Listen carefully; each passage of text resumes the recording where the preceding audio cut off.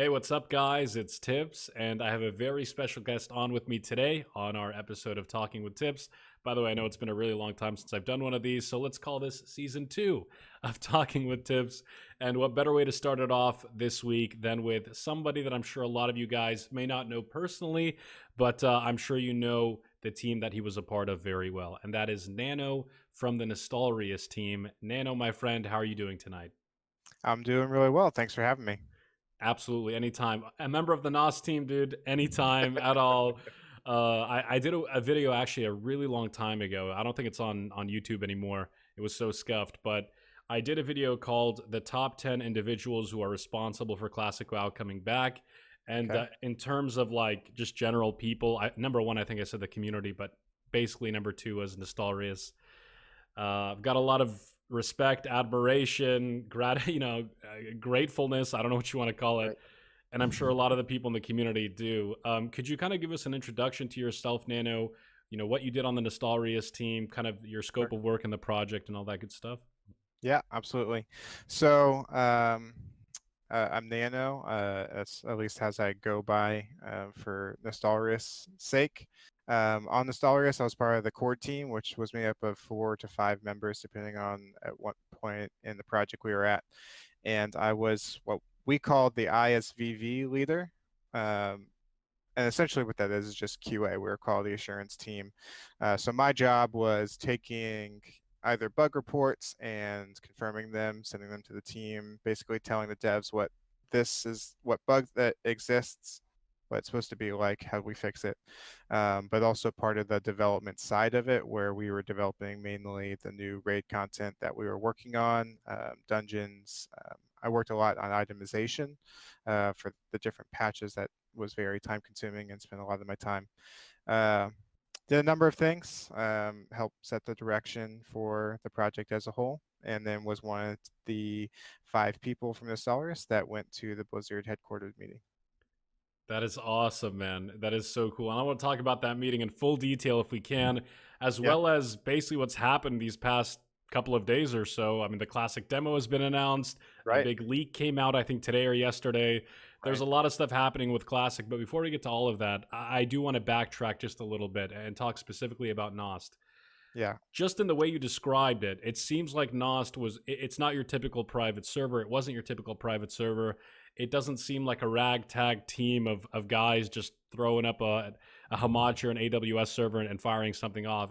I right, heard teams, I hear different departments, I hear, a lot of what you would think, what you would hear from a normal organization or a normal company. How did you right. guys operate, and how did you get to this level of sophistication? So it was all culturally led by Viper and Damon. So they, as a unit, were the administration team.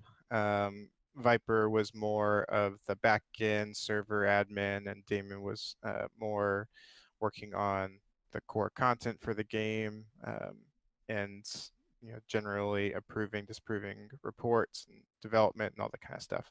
They're both incredibly sophisticated men who were smart at what they do and also dedicated to providing an opportunity for people who loved World of Warcraft to play it, the classic version of World of Warcraft, to play it in a way that they hadn't been able to play it before. Um, we all believed in that um, a opportunity for players to play vanilla WoW should exist in some form.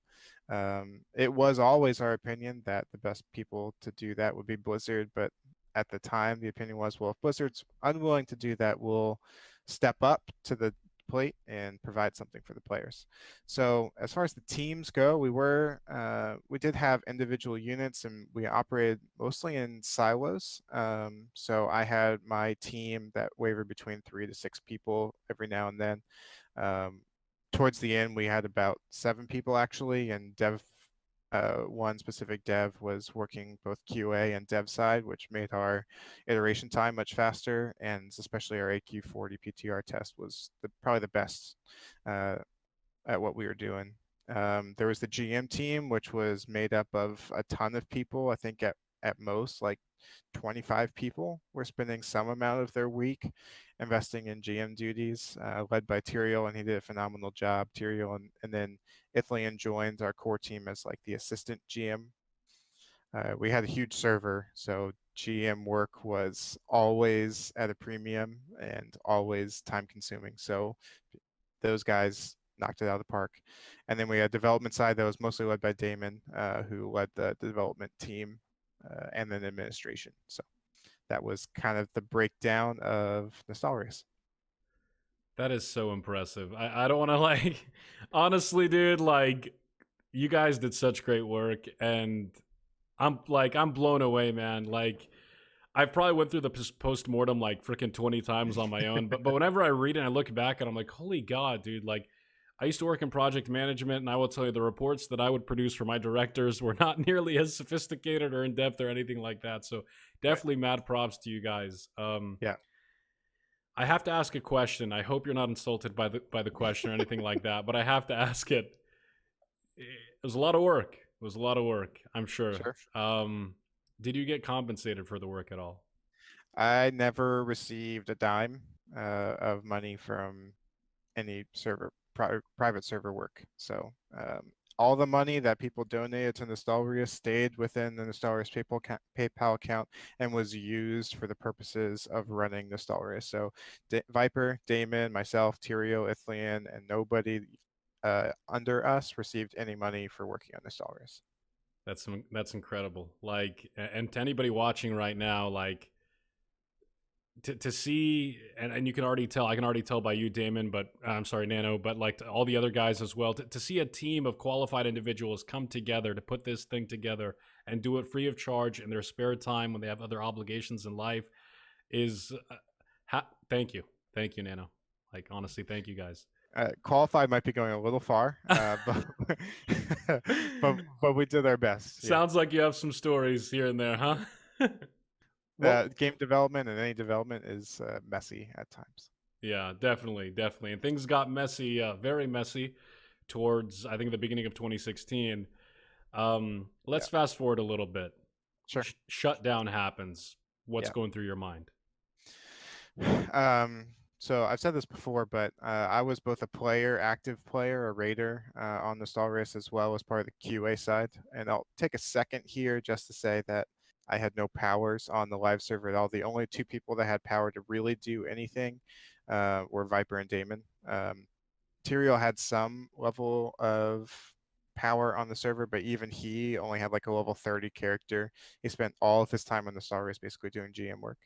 Um, so when the shutdown happens, it just doesn't impact me as somebody who's helping to run the server, but I felt the same weight of loss that every other player did, where I was actively participating in my guild. I had a stockpile ready for AQ40 raids to come out. And so it was a shock to me. Uh, I had forewarning before it was made public, but still went through a period of mourning and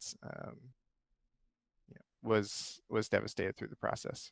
But pretty quickly through the shutdown, Viper and Damon recognized that our community has a lot of weight to it. We had done a fairly good job of inviting people into the community of Nostalrius, and we felt that maybe it was possible to redirect that community towards the pursuit of getting legitimate vanilla WoW servers. So, like I said at the outset, that Viper and Damon and all of us believe that we should be able to play classic WoW because it was an incredible game. It was a culture changer within the culture of the world, not even just video games, but the way that it seeped into to other aspects of the world was incredible and unique as far as video games go.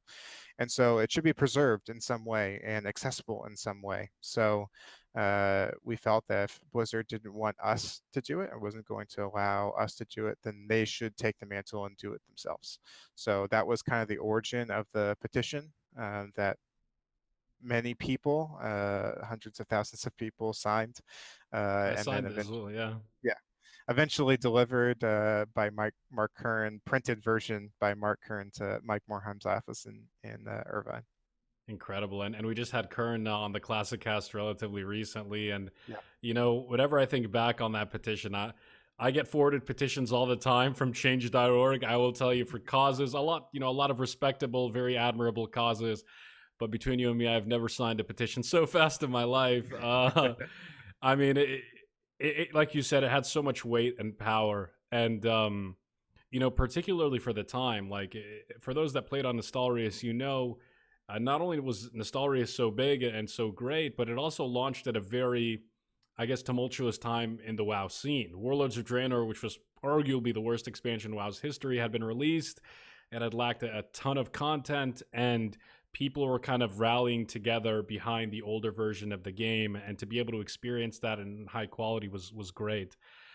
Yeah. Let's talk about the petition a little bit. Sure. Who put it together? I mean, who drew it up? Did you guys work on it together? What was the idea behind it? All that good stuff. Yeah.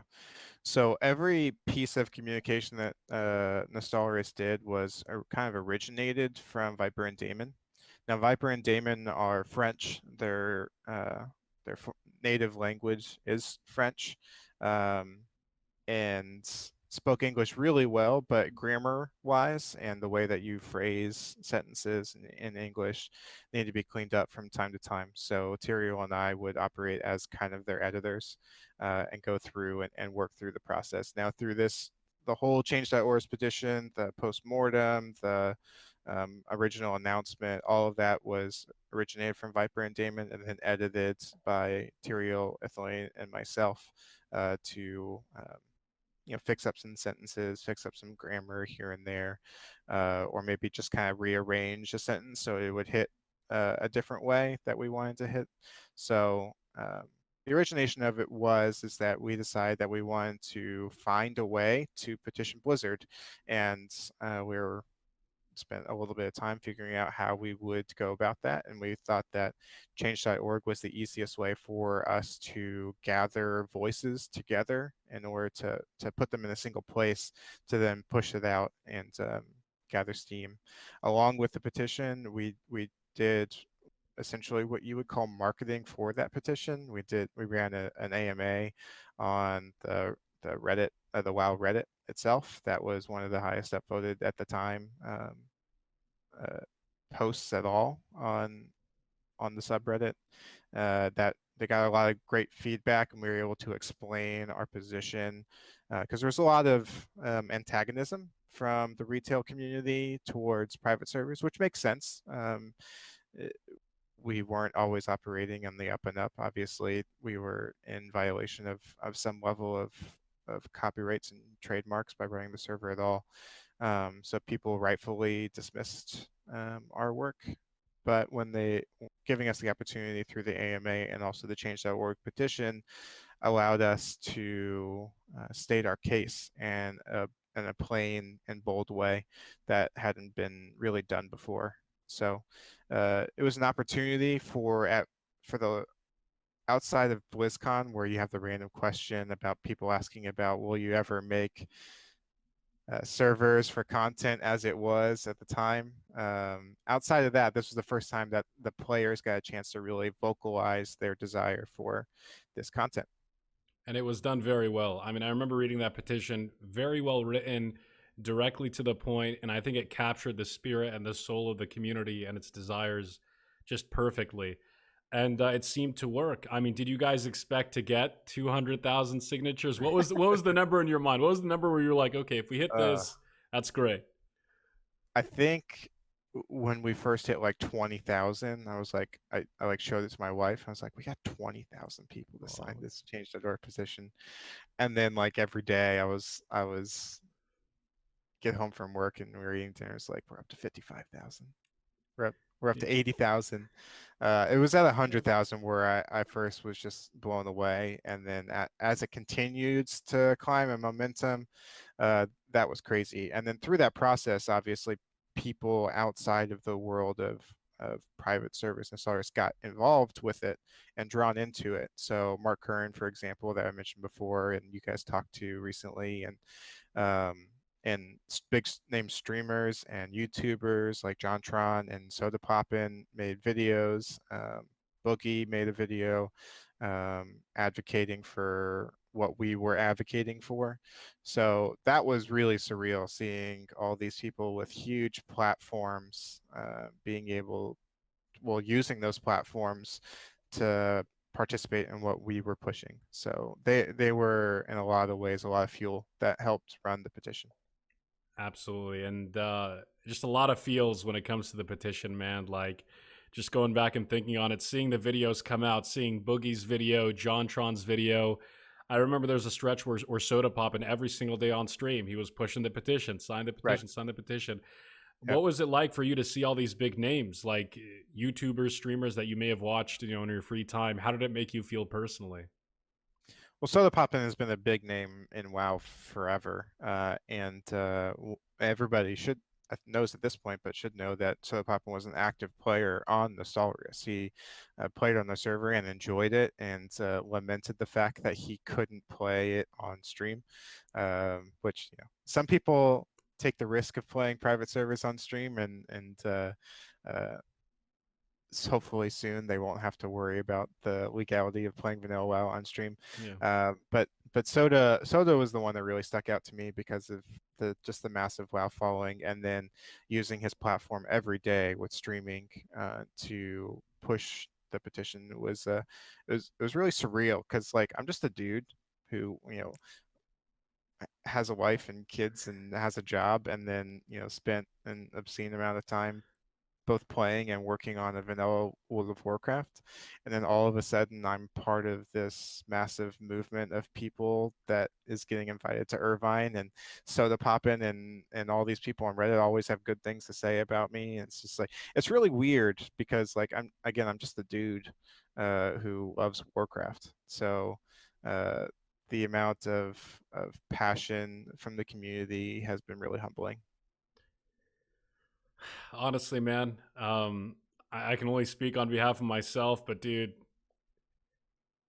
you're just a dude, but you're also a legend, man. Straight up, dude. Like everything you guys did, like I still even I do this on stream sometimes. Like we watch the old Nostalrius shutdown videos. We watch, Mark Kern's videos all the time.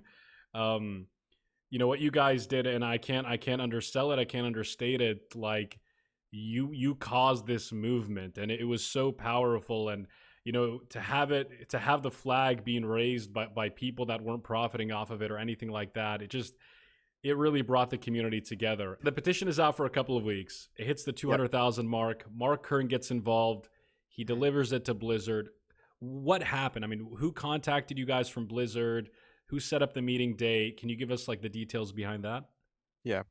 So throughout the process of the petition, we're also taking upon this to sorry, one second. I blanked out for a second. No, I didn't move my mouse, so everything went blank. no problem. So throughout the process of the petition, we were emailing as many people as many Blizzard emails as we could find, essentially.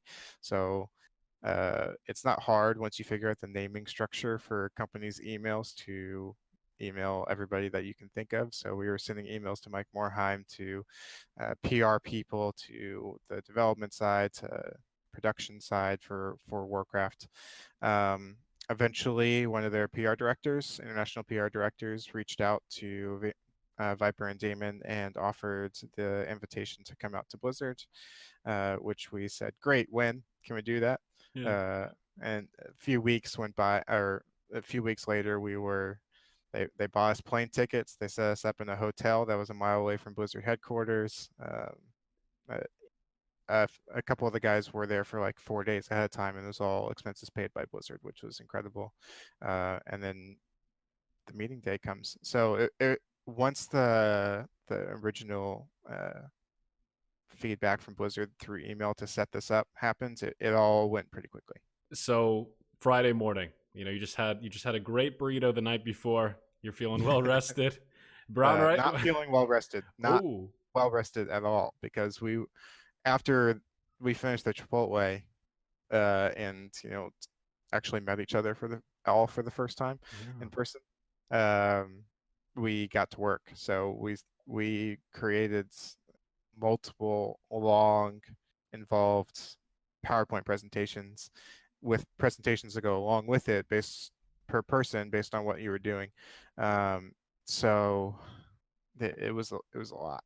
So we were practicing up until late in the morning, Um, and I think we got up at like 7 or 7:30, got breakfast, and then our day actually started at Blizzard with a big tour of everything Blizzard, and our meeting started at 1 o'clock. So I was not well rested, but I had plenty of energy once we got to Blizzard headquarters. I can only imagine, man. Like everything that you had worked on leading up to that moment, you're finally inside. Right. That's so crazy, man. You're inside. Friday morning. You finished the tour. They showed you the big Grom Hellscream statue Yeah. outside. They took you around. You finally finish up. You head into whatever boardroom they put you up in. Who comes in? What happens next? So we were led around by one of their CMs, and took us around everywhere at Blizzard.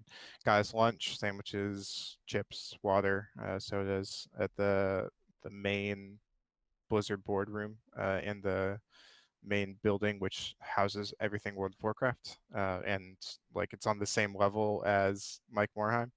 Um, uh, then we were setting up a presentation, so we started running Nostalrius videos in Blizzard boardrooms and setting up the PowerPoint presentation. So like our original Nostalrius announcement video was running for like 20 minutes in Blizzard's boardroom, which we thought was kind of fun. Um, the other thing about the day that was really cool, and it's not Warcraft related necessarily, but they were celebrating, and Blizzard did this for all their games, for all their content and game releases. They do big champagne celebrations on the quad where the Grom Hellscream is. There's a big area, open area, and so everybody Blizzard comes out and toasts to the new game that's been released. So uh, it was Overwatch, the Overwatch celebration. So I actually have, and I'll grab it at some point, but over here in my office, I have a champagne glass that has the Overwatch brand on it with the day of the celebration. And I'm pretty sure we're the five only people, or the five people that aren't Blizzard employees uh, that have that champagne glass. So I don't even know how much it's worth, but I'm going to keep it.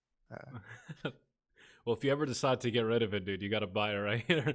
Uh, No, but that's so cool, dude. That's awesome, man. Like I do know you know Blizzard they when they come too big. You know what I mean? Like they always do it big at Blizzard, and it's really cool of them to host you guys. Like you know, I criticize, I guess, a lot of development decisions by Blizzard and other companies as well on stream and stuff like that. But one thing I've Sure. always been adamant about, I can't name a single other AAA developer that would have brought back Classic, that would have flown you guys out there to do what they did.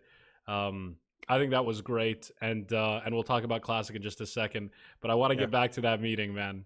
Okay. A to Z, what happened? Just who came in? Who said what? Who was like, oh man, we got to bring Classic back? Who's like, oh no, screw that. You know what's going on? Yeah. So in the room from Blizzard is Mike Morheim, a couple PR people, a couple CMs, Tom Chilton, who at the time was the senior game director for World of Warcraft, Ian Hazakostas, who is the assistant game director and current game director for World of Warcraft, the technical director, and I really should have looked it up because I forgot his name again. Uh, and Yeah, they made up the core of, and Jay Allen Brack were the people who were there in the meeting, who were ready to hear everything that we had to say. So, what we brought to the table was we talked about how we ran Nostalrius to begin with, talked about our organization structure, how we operated financially. They asked some questions because there was like rumors going around that we were broke and that's why we were shutting down, but that wasn't true. We talked about like we actually like showed some audits of what we had to do some justifications to them. Talked about how we ran the server from a server architecture side, how we were able to accomplish having 12,000 people on the realm at a single time without it crashing, and talking about the technical aspects therein, and talking about server threads and all that kind of gobbledygook that I don't even understand. Talked about The my presentation was about the quality of the server and the difficulties that we had as a team in trying to recreate the game in the vanilla version, and a lot of that centered on um, really lack of information. Uh, you wouldn't believe how much time I spent digging through 240p videos of BWL bosses and like snapshotting timers in order to get a sense of like how often or how varied different abilities should be, because I believed that uh, things as they existed previously were wrong, and even we were still wrong for a lot of things. So like one quick example, so Fire Maw's Flame Buffet Mm-hmm. in BWL Nost was 10 seconds, and that's wrong. It should be 5 seconds, which obviously makes the encounter very different and plays differently.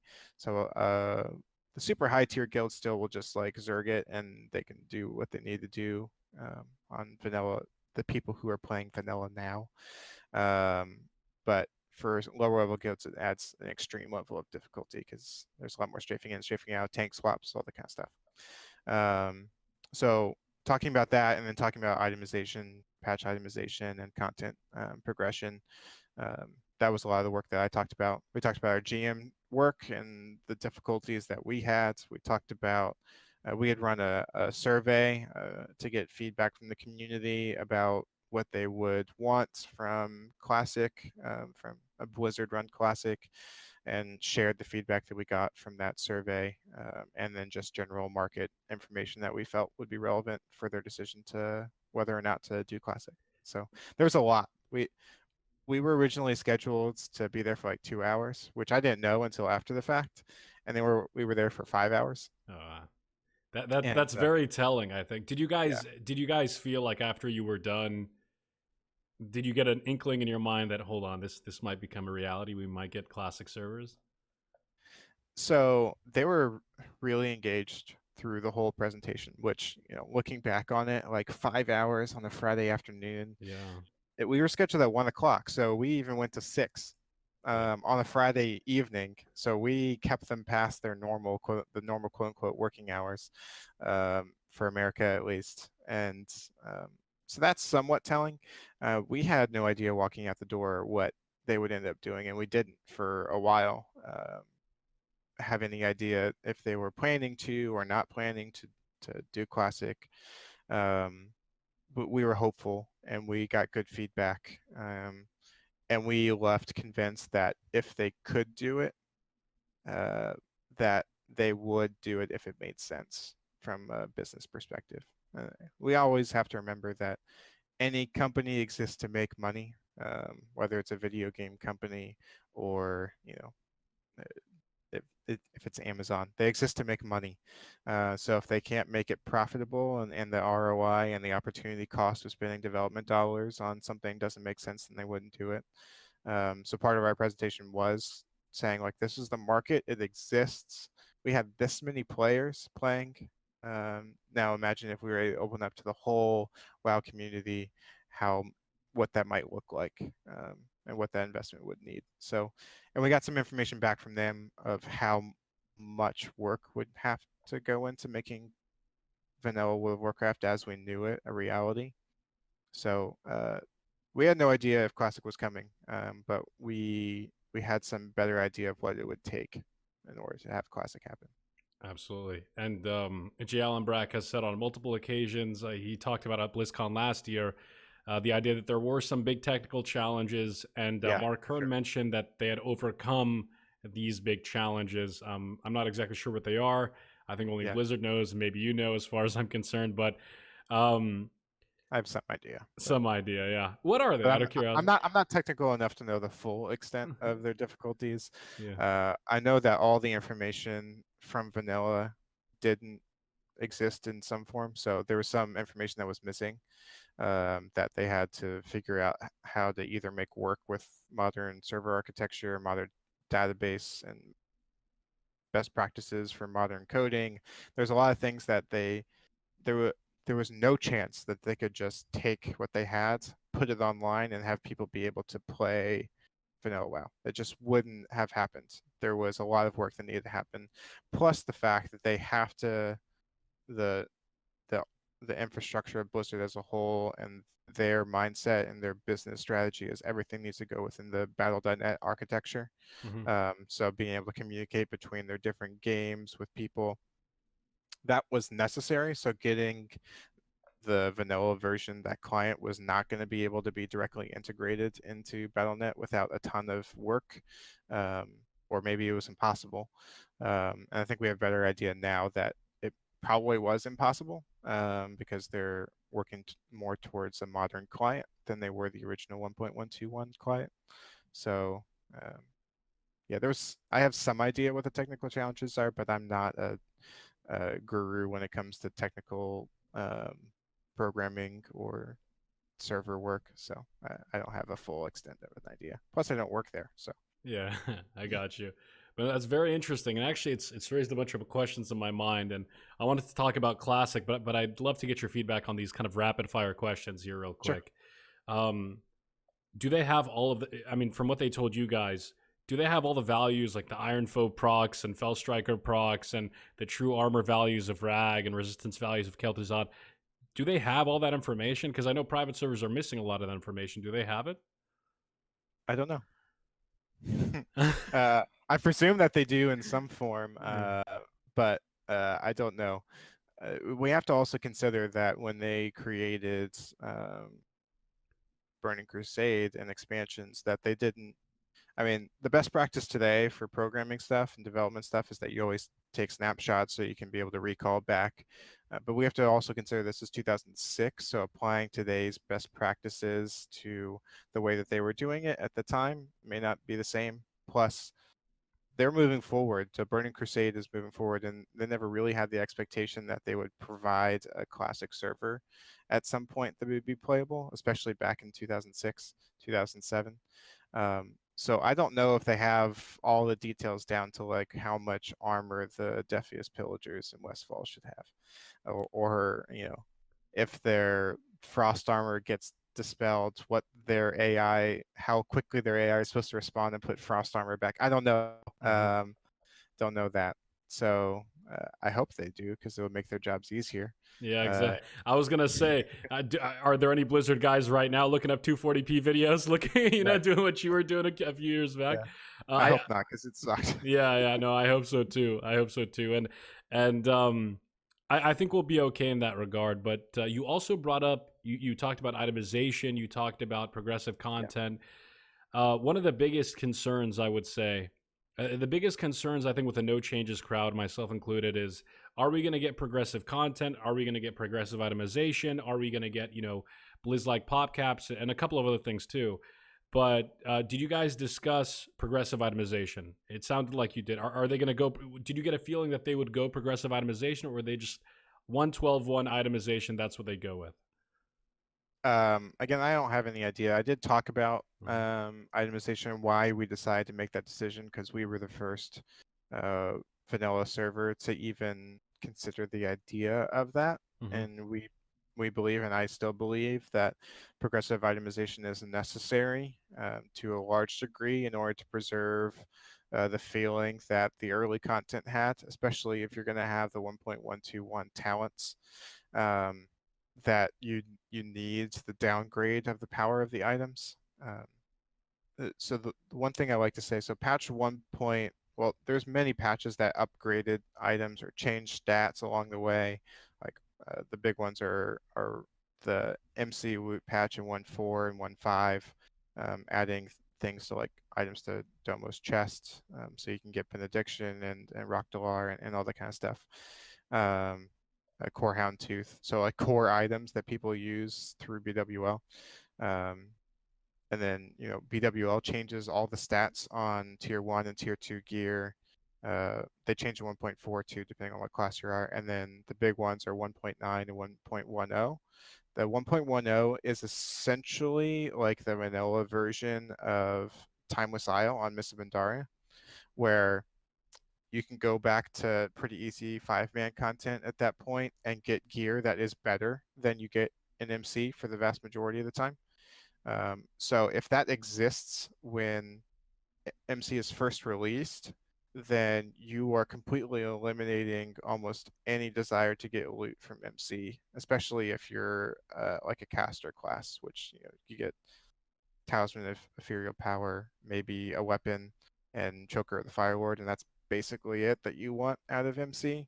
And then you have 12 people who want those three items, which have low drop rates. So that's bad. That feels bad. So you need to make sure in some way that MC's loot isn't invalidated by including gear that at the time didn't exist and players had no idea would ever exist. Hmm. Um, one issue with downgrading, well, this is kind of a philosophical thing for going back to old content in general, but you're never going to get quite the same feel because there's so much knowledge about WoW now, but especially vanilla WoW. We know all the strategies for the bosses. We know what all the item stats are supposed to be. We know how these mechanics work. And so the game is solved, quote unquote, to a large degree.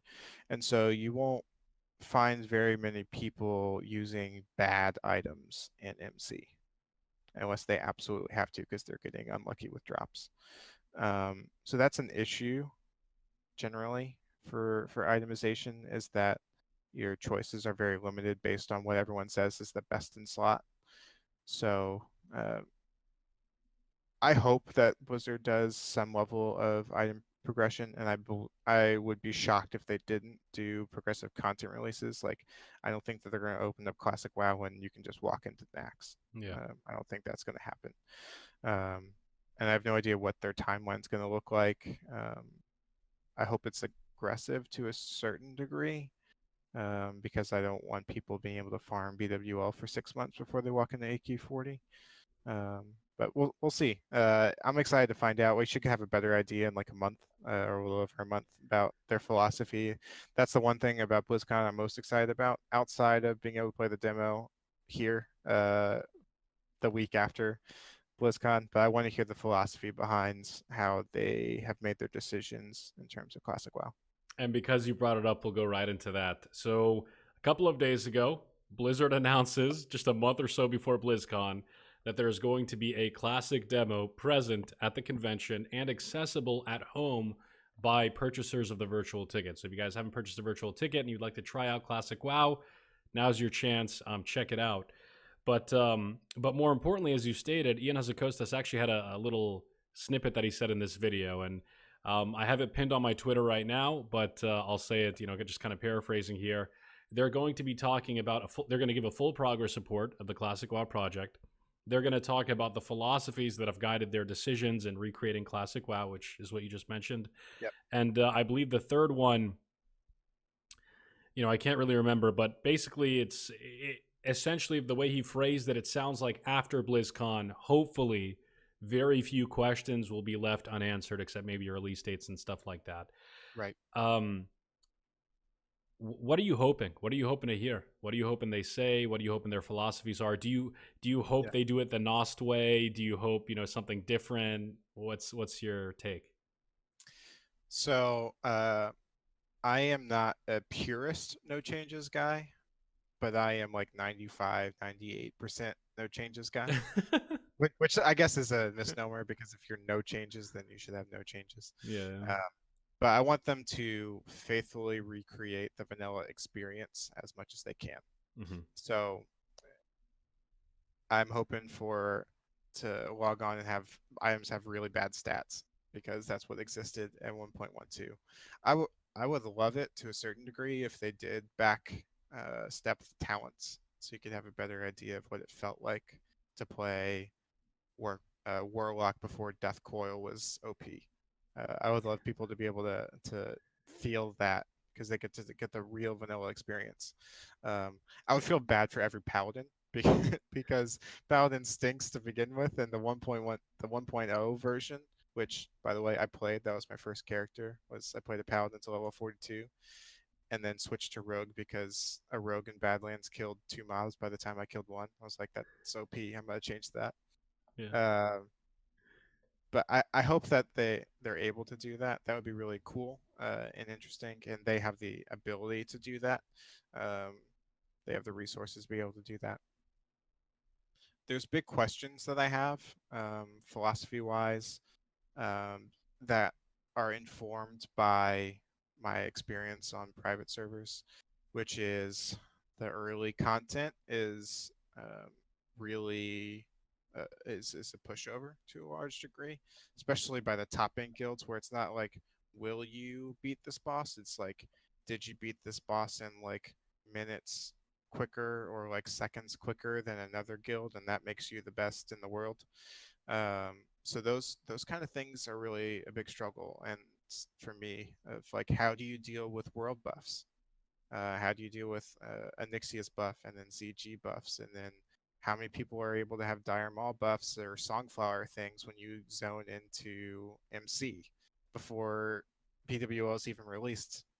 These world buffs, when you add them up as a caster, which is what I played, it's like it gives you 18% spell crit before you even zone into the instance, plus extra stats. It's insane how like that's better than all of your gear is these world buffs. So being able to have access to that consistently is a big question that I have, because if you have those, then I feel like you should balance the bosses around everyone, the ubiquity of everyone having world buffs, and that's the culture on private servers, is that you get on at, if your raid's at 8 o'clock, you get on at 6:30, you run Dire Maul, you get your Dire Maul buffs, then you you hearth Stormwind, and you wait in Stormwind until the buff goes down, or you fly over to Zul'Gurub and you wait for that buff, then you fly back to Stormwind, and then you all take summons to Felwood, and then you can finally start running to the instance, and then you die to stupid Baron Geddon Bomb, and then you hate your life because everyone is super OP in your. Those kind of things feel bad from a game design perspective, I think. Um, so I don't know what their resolution for that kind of stuff is, because these world buffs are super strong and trivialize the content to a large degree, and I don't think that they want that content to be trivialized. I don't necessarily want it to be trivialized either, so I don't know the right answer to that. And if you do make changes, then you're going to have a number of people who philosophically are opposed to any changes whatsoever. They're going to hate that. So that's a big question in my mind. Like, how are they going to address these things that where like the healthiness of the game is in question if you don't do changes? Absolutely. Yeah, I mean, I definitely see where you're coming from. It's a very like let me tell you, I wouldn't want to be the guy who's making these decisions on Blizzard's end. Right. I think this is this is probably the best case in my opinion for a decently long alpha or beta.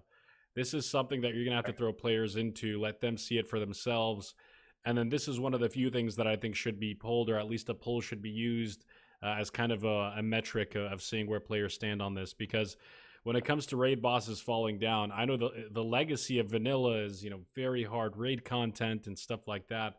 If you ask pretty much anybody that's done Molten Core, Blackwing Lair, at least those two in Anixia, Right. a lot of people will tell you it might have been hard back in 2005, but we Right. live in a different era, Yeah. and it is interesting to see what they'll do with that. And other things as well. I mean, we could go on the changes, no changes debate, for hours right now, and I don't want to keep you Right. up too long. We're already closing in on 45 minutes. I'm like, oh my god, I have so much to ask still. Yeah. So because it's late, I guess we'll cut right to the chase. Sure. Classic WoW's the demo was announced. We got things coming up, a lot of big news. Beyond that, we've also had a very interesting leak that's come up, and I know a thing or two about leaks. I think my community knows that, but I wanted to get your take on this. There's a particular line in that leak that mentions the size of the development team, Right. and the development team is stated to say to have 17 people on it today, Right. two of which are Nost members. To your knowledge, is there anybody on the Nostalrius team working on Classic WoW, or is this just a bunch of BS, or do you have no idea? So I've said this. I was on a different podcast, and I said that I have not spoken to Viper and Damon like directly recently. So recently, is like even within a year. So um, when other private service messes were happening publicly, they completely disengaged from the process entirely. Um, so I have no idea whether they're working for Blizzard or not. I do know that myself, I'm not working for Blizzard, and Tyrio and Ithlian are not working for Blizzard. So if there are Nost people working for Blizzard, it will be Viper and Damon. Um, I don't know if they are. I hope that they are. That would be great. They're phenomenal dudes. They know what they're talking about. They'll represent the ideals of Classic, um, as in terms of the large scope things. I don't think Nostalrius is perfect by any means, and I think that we made a lot of errors along the way. So I don't want anyone to think that uh, I believe that we're infallible, because we're definitely not. And I don't think Damon and Viper were infallible either. But what I know for certain is that they have a huge passion for vanilla World of Warcraft, and wanted that to be delivered into the hands of players to be able to be played in any way that they wanted. So if they were on the Blizzard team as part of Classic, that would be a phenomenal thing, and I would be as excited as anyone that they were a part of it. So I don't know. I hope that they are. It would be great if they were, uh, but if somebody was hoping that I would know, I don't. Oh, it's all good. It's all good, and it's still very interesting to hear that. I think a lot of the community would agree with you. They would want them to be on the team. Basically, Yeah, I know that make me a lot more comfortable. I think there is kind of a little. I think the fear has kind of subsided, especially after the development water cooler update. But there was a little bit of a fear that maybe Blizzard takes it into a completely different direction, and we see something so foreign to what vanilla was. But I think a lot of those fears have subsided. And if Damon and Viper are on the team, man, I would be very ecstatic, very yeah. happy. That would just be great. I know I promised you 30 to 45 minutes. We've already gone over. I know you got to go to bed. Just a couple of last very rapid fire questions. Okay. Release date predictions. What when do you think we're getting this? Or you know what? Before that, BlizzCon predictions. What do you think happens at BlizzCon? Do you think it stays true to what it was? Do you think we get the classic we get? Do you think we're gonna get any surprises at BlizzCon? In terms of Classic, I think the biggest surprise is that they're seemingly put a lot of focus on it. So they are pretty knee deep into BFA right now. There's not a lot of new stuff that they would need to talk about at BlizzCon. Maybe they talk about the next patch, 1.2, but they've already had the big reveal about 1.8. It's going on PTR, so there doesn't seem to be a ton of focus on the BFA content that is necessary to be done at Blizzard or BlizzCon. So part of my thought process is they're going to spend a decent bit of time talking about Classic as part of the World of Warcraft like overall snapshot that they do for every different franchise they have within Blizzard. That I'm really excited for, and I hope that that's true. That they spend a lot of time talking about Classic. I'm really excited to listen to the panels. I think what's going to happen is we're going to have a good idea of who's on the team, the direction they're going. Um, we're going to have an idea, especially when people can sit down and play the demo on the floor. We're going to have a good idea in terms of where they want to go, like direction wise, with like models, with graphics, opportunities, view distance, all those kind of technical things that would be available if you were using an updated client. Um, I'm interested to see where they went, especially in terms of the models. I know a lot of people love the original models. I'm one of those people as well. Um, or spell effects and abilities, those kind of things. Um, if the only option is like the most updated spell effects, there's going to be a lot of people that are going to be upset, I think. And only new models, that would make people upset too. So I hope that they have the option to do both. That you could use the bad, outdated spell effects and character models, and if you wanted the updated ones, you could use those too. That would be a really cool thing, kind of like what they did with StarCraft Remastered, where you can press a button and get the old um, like standard definition, or press a button and get the new high definition. Um, I'm excited to play the demo myself, and most likely we're only going to be able to get up to like level 10 and do Elwyn and Durotar. Although it would be fun if they allowed us to do like travel through the Zeppelins, and we had a big fight in like Westfall or something like that because all the Oh, Horde made the travel. That would be incredible. Uh, yes, please, Blizzard. Or they uh, spawn infernals like they did in the beta. I mean, something, right. some cool event like that. Yeah, that would be great. I really hope that they do that. I'll be on the demo. I'm sure I will. I've leveled up 1.5 billion human alts before, so I know I know the quests inside and out. But I'm excited to do them many, many times. That's awesome, man. That's awesome. And when do you think we will be able to do them for real? What's your Yeah. speculation on the release date? So I was pessimistic about a quick release date up until this announcement for a playable demo. The fact that they're letting us get our hands on it and get our hands on it at home means a few different things. One, it's going to be accessible through the Battle.net launcher, which is a big technical deal that they will be able to see how they've overcome that and how it works from a download perspective. And the fact that it's going to be able to be downloaded means that they've done a lot of work on the back end to make this client and this way of playing the game accessible to people. And that was my biggest wonder of how they were going to be able to do that, and probably the biggest thing that would slow them down as far as development goes.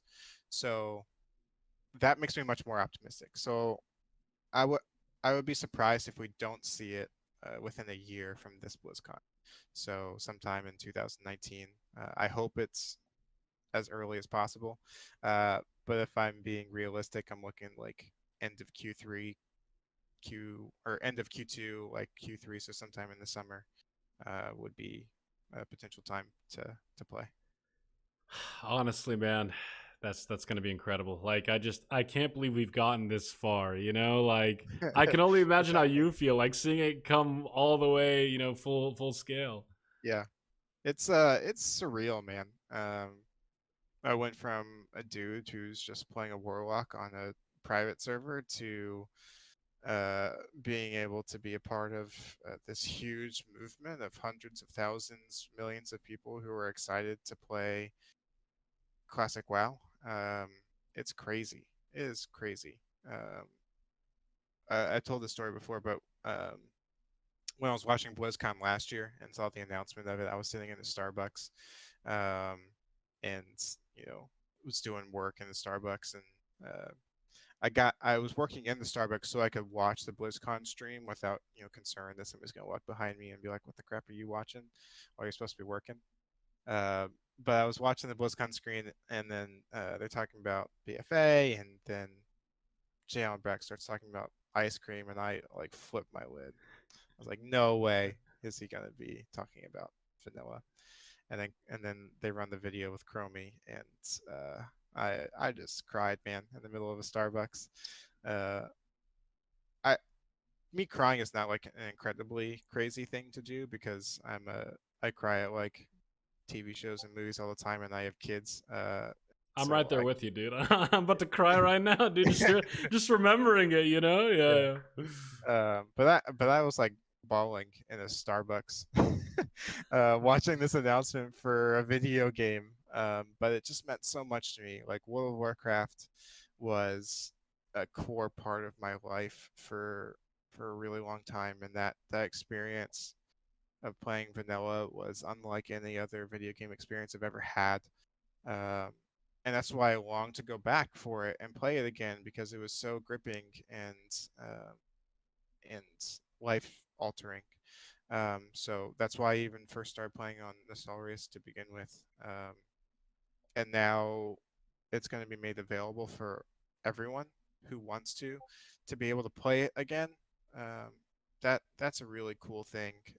And I've gotten feedback from a bunch of people who have like you did just been thanking me for the work that we did on Nostalrius to make this happen. And I still am like, "Wow, was that real? Did I go to Irvine and talk to Mike Morheim about doing Vanilla WoW? Did I sit in a room with Jalen Brack, who the community unfairly hates, by the way? He was a really great guy, really down to earth. He had a couple bad sentences at BlizzCon, and everybody hates him unfairly at this point.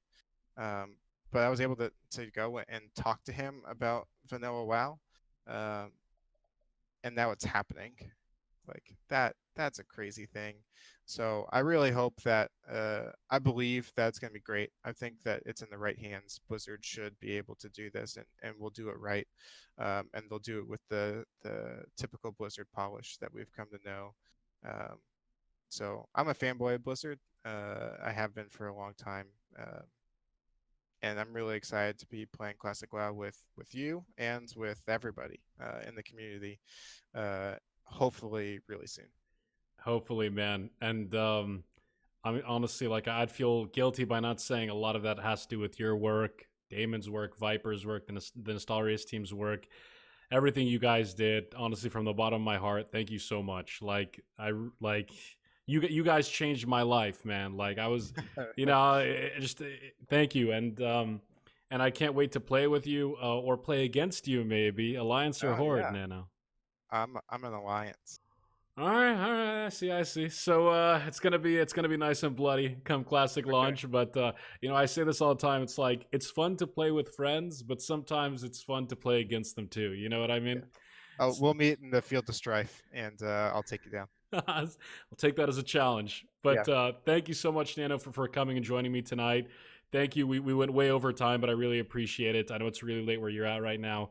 yeah. Before we head off, any shout outs, anything you want to say to the guys at home right now watching? Um, one, I would say this is just a general thing for all gamers, but be patient with the game developers. This is a very difficult task that this team of Classic is dealing with. They have to figure out this huge monster of a game and how to make it accessible for current stuff. So there's probably gonna be bumps and things that you don't like, um, but realize that one big takeaway that I had is that those guys at Blizzard, they care about Warcraft in a way that even we don't have a full understanding of. And so don't dismiss them. Don't say that it's only a money grab. Don't, because that's not true. It's just not true. They love Warcraft. They want to provide it to you. They want to make money while they do it, but they wouldn't do this if they didn't believe that people loved it, and they love it too. So that's one thing, like an encouragement for people is to speak more positively.